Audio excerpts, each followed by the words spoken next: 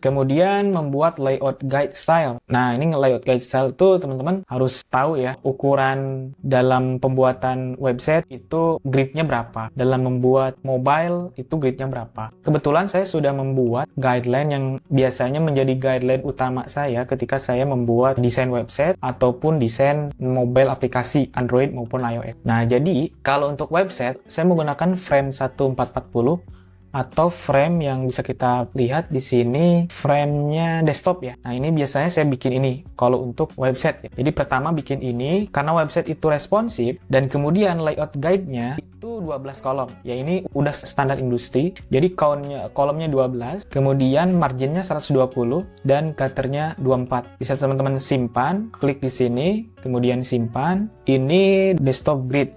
Kita tambahkan. Lalu untuk tablet itu di ukuran 768. Nah, ini standarnya begini ya, 768. Kemudian untuk layout guide-nya itu ada di 8 kolom. Kemudian marginnya 32. Ya, margin itu ini ya, jarak sisi tepi ini ke kontennya. Kalau di front end mungkin container ya namanya. Terus gutter itu gap-nya, yang putih-putih ini, gap antar kolom ini. Itu gutter.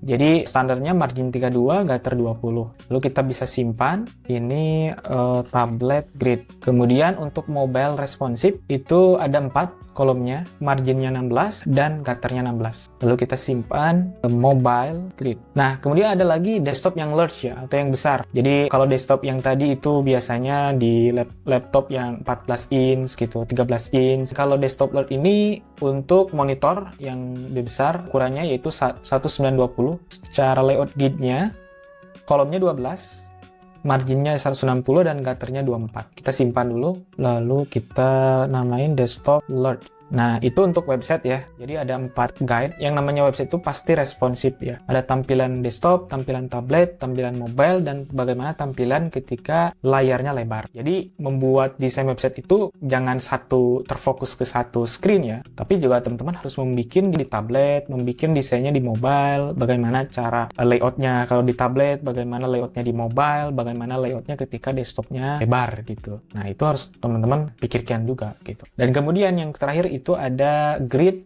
untuk Android dan iOS. Ukurannya saya pakai 390 ya teman-teman. Jadi kalau teman-teman klik frame kemudian pilih yang font, nah saya biasanya pakai iPhone 13 dan 14 yang 390 kali 844 ini. Nah, ini sudah standar ya, karena ke iPhone cocok, ke Android cocok gitu ya. Jadi saya biasanya pakai ukuran yang ini. Lalu secara guide-nya itu ada 2 teman-teman. Untuk kolom itu ada 4, marginnya 16, gutternya 16, kemudian grid-nya pakai